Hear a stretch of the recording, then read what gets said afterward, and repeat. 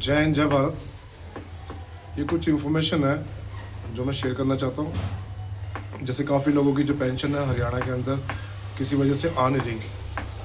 उस वजह के बहुत सारे रीज़न है। जैसे कि फर्स्ट है कि अपनी फैमिली आईडी में जो आपने नाम मेंशन कर रखा है वो नाम की स्पेलिंग चेक करवाएं, अपने पिता के नाम की स्पेलिंग, खुद के नाम की स्पेलिंग। एक अपना चेक कराएं अकाउंट नंबर कौन सा फैमिली आईडी में दे रखा है। कईयों का अकाउंट नंबर ही IFSC कोड गलत है या कहीं उन्होंने अकाउंट नंबर ही गलत दे रखा है। और एक और है, डेट ऑफ बर्थ को भी साथ में चेक करवाएं।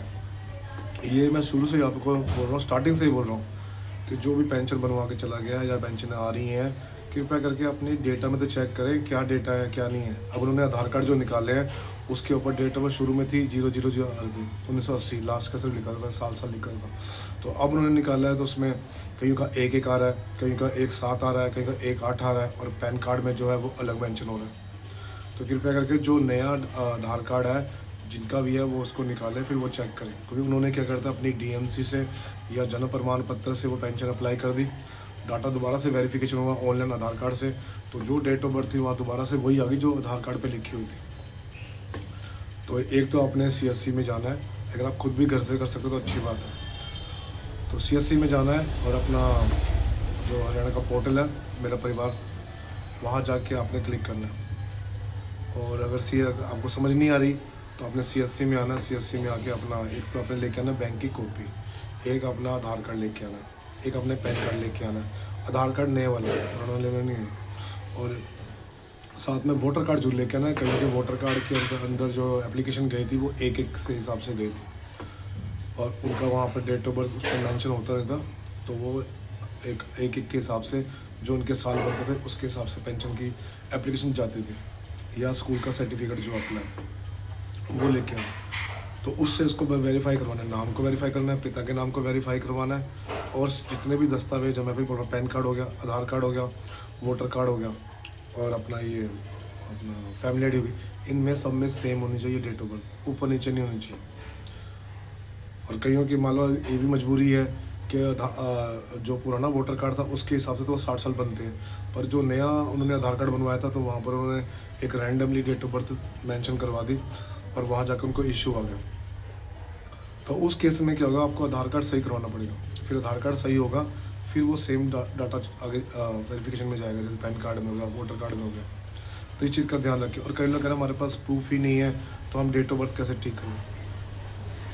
फ़िलहाल वो इतना कर सकते हैं कि अपना पुराना वोटर कार्ड लेके आएंगे, अपना फैमिली आईडी में आके अपने डेट ऑफ बर्थ को और नाम को और अपने पिता के नाम को, अपने जेंडर को, ये चीज़ एक बार वेरीफाई करवाएंगे सब कुछ है इसमें, प्रॉपर्ली मेंशन है कि नहीं।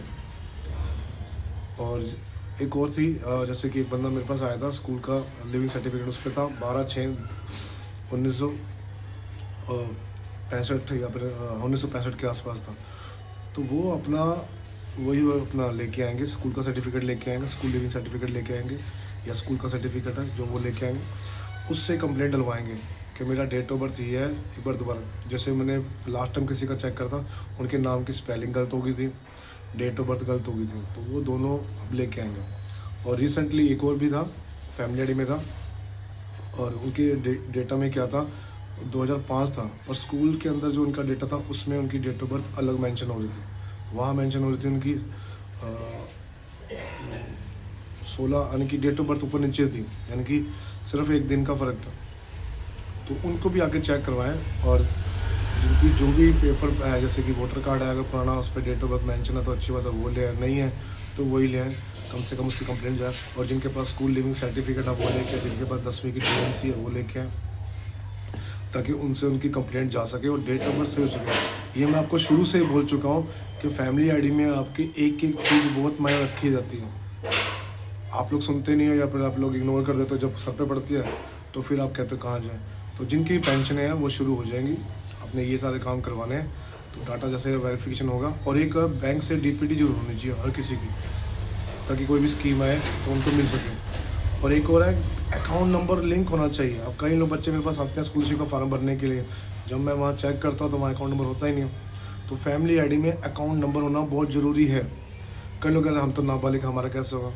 तो माता पिता के आधार कार्ड से और पैन कार्ड से भी आपका अकाउंट नंबर ओपन हो सकता है, और आप माइनर भी एक पैन कार्ड बनवा सकते हो। पर 18 साल के बाद जब आप होते हो तो उस पैन कार्ड को भी आपको अपडेट करना पड़ेगा, क्योंकि उसमें फ़ोटो और सिग्नेचर आते हैं। तो अकाउंट नंबर तो आपका होना चाहिए अगर आपने कोई स्कॉलरशिप लेनी है। जैसे कि कुछ बच्चे डॉक्टर भीमराव अम्बेडकर वाली स्कॉलरशिप के लिए आवेदन देने आए थे, पर उनका डेट अपना उनका वही गलत था अकाउंट नंबर। और दिक्कत थी इसमें ये थी कि आपकी क्वालिफ़िकेशन जब भी आपने फैमिली आईडी बनवाई थी उस टाइम क्वालिफ़िकेशन आपकी शायद अलग हो सकती है। बाद में अगर आपने एजुकेशन ले रहे हैं तो अपडेट हुई है तो उसको भी अपडेट करना है। जैसे कि अभी मैं चेक करता किसी की प्राइमरी लिखी हुई है, अब वो बच्चा जो है 12वीं कर चुका है, BA फर्स्ट ईयर में है, और कुछ ऐसे बच्चे भी हैं जो ग्रेजुएशन ही कर चुके हैं पर फैमिली आईडी में आज भी उनका वही शो कर रहा है 10वीं या मिडल। तो इन चीज़ों को भी आपने अपडेट करवाना है। देखो हर चीज़ को अपडेट करना पड़ता है, इंसान खुद को भी रोज़ अपडेट करता है, तो आप लोगों को भी रोज़ अपडेट करना पड़ेगा। अदरवाइज़ ये मत सोचो कि आपने एक बार काम कर लिया छुट्टी होगी। सरकारी पेपर के अंदर जैसे जैसे आप खुद अपडेट करते हो, जैसे फॉर एग्जाम्पल आपने एजुकेशन अपडेट कर दी तो आपको उसमें अपडेशन का करवाना चाहिए। उसके लिए कुछ नहीं लगे, आपकी जो लेटेस्ट DMC है वो साथ में लेके आनी है, एक फैमिली लेके आनी है, उससे लिंक फ़ोन नंबर पे OTP जाएगा तो आपकी आईडी अपडेट हो जाएगी। कोई रॉकेट साइंस नहीं है इसके अंदर। हाँ टाइम लगेगा आपका, ये तो आप घर बैठ के भी कर सकते हैं। लिंक मैंने पहले डिस्कशन में दे रखा है तो आप उनको जाके चेक कर सकते हो। कुछ और क्वेरी है तो मेरे से कंसल्ट कर सकते हो चीज़ के बारे में। मैं फिर बोल रहा हूँ, ये फैमिली आईडी के अंदर आपकी एक एक चीज़ को एनालाइज किया जाता है। डेट ऑफ बर्थ, पिता का नाम, आपका खुद का नाम, जिस आईडी के अंदर आप हो उसमें आपके जो मुखिया है उसके साथ आपके क्या संबंध है, वो आपके पिता है, आपके माता है, आपका भाई है, आप उनकी मान लो उनकी वाइफ हो, हस्बैंड हो, ये एक एक चीज़ को मैनेज किया तो वहाँ पर सही होना चाहिए डेटा। ठीक है। दूसरा क्या हो गया, जब आपका आधार कार्ड उसमें वेरीफाई किया जाता है, कई लोग कह रहे हैं हमारा फ़ोन नंबर खो गया तो कोशिश करो वही नंबर निकाल के उसको अपडेट करो। तो ये अपडेशन के भी फैमिली आईडी में हमने कईयों की आईडी चेक करी है तो वहाँ लिखा था कि 5 बार से ऊपर अपडेट नहीं होंगे फ़ोन नंबर। तो बार बार फ़ोन नंबर अपडेट नहीं करने आपने, एक मेजर नंबर रखो, उसी को चलाओ ताकि सरकारी कोई योजना है तो उस पर आपको मिल सके। क्योंकि जब हम फॉर्म भरते हैं तो वो कहता है ये नंबर तो बंद हो गया, इस पर तो OTP आएगा नहीं, हमें राशन कार्ड निकाल के दो। राशन कार्ड का कैसे निकलेगा, फ़ोन नंबर तो आप बंद कर चुके हो फैमिली आईडी में। और आधार कार्ड से लिंक वाले फ़ोन नंबर भी आप बंद कर चुके हो। तो आधार कार्ड से लिंक फ़ोन नंबर हो या फैमिली आईडी से लिंक हो, एक ही नंबर रखो और उसी को चलाओ। बार बार नंबर चेंज करोगे तो आपको दिक्कत हो जाएगी। ठीक है। तो फैमिली आईडी में फ़ोन नंबर आपके अपडेट होने चाहिए, आपका नाम की स्पेलिंग अपडेट होनी चाहिए, आपके पिता के नाम की स्पेलिंग अपडेट होनी चाहिए, आपकी पत्नी है शादी हो चुकी है तो आपकी पत्नी की नाम की स्पेलिंग प्रॉपरली मेंशन होनी चाहिए। वहाँ लिखा होना चाहिए कि आप शादीशुदा हो, डिवोर्सी हो, ये ध्यान रखना। मैरिड हो तो वहाँ मैरिड आना चाहिए। अगर अनमैरिड थे शादी से पहले तो अनमैरिड। कईयों का ये भी इशू आया है कि शादी हो गया 3-4 साल और उन्होंने अपडेट नहीं करा कि फैमिली आईडी में, वहाँ लिखा होता है कि वो अनमैरिड है। जब कोई फॉर्म भरते हैं किसी प्रकार का तो वहाँ मेंशन ही नहीं होता उनका नाम। जैसे कि डोमिसाइल की फ़ाइल लगाते हैं तो डोमिसाइल की फ़ाइल के अंदर मेंशन होता है कि इनका तो नाम ही गलत है, या मान लो पति का वहाँ लिखा अनमैरिड, तो डोमिसाइल की फ़ाइल कैसे लगी, क्योंकि आपने जो डोमिसाइल की फ़ाइल लगाई है उसमें आपने मेंशन करा आप शादीशुदा।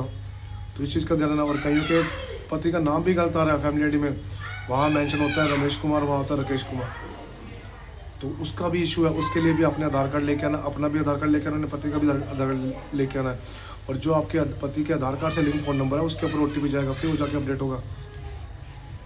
और जिन्होंने शादी कर ली है कृपया करके मैरिज सर्टिफिकेट को टाइम से बनाएं, उसमें सरकारी फीस ही कटती है, ज़्यादा कोई इतना वो नहीं है।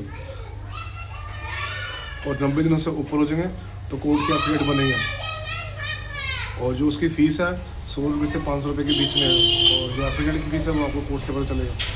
तो जितना ज़्यादा आप डिले करते रहोगे उतना आपका अमाउंट बढ़ता जाएगा और परेशानी बढ़ती रहेगी।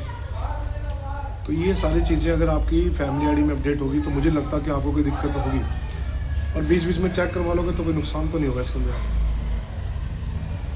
जैसे संडे को वीकली आपका छुट्टी होती है तो आप चेक करवा सकते हो, आप ऑनलाइन भी चेक कर सकते हो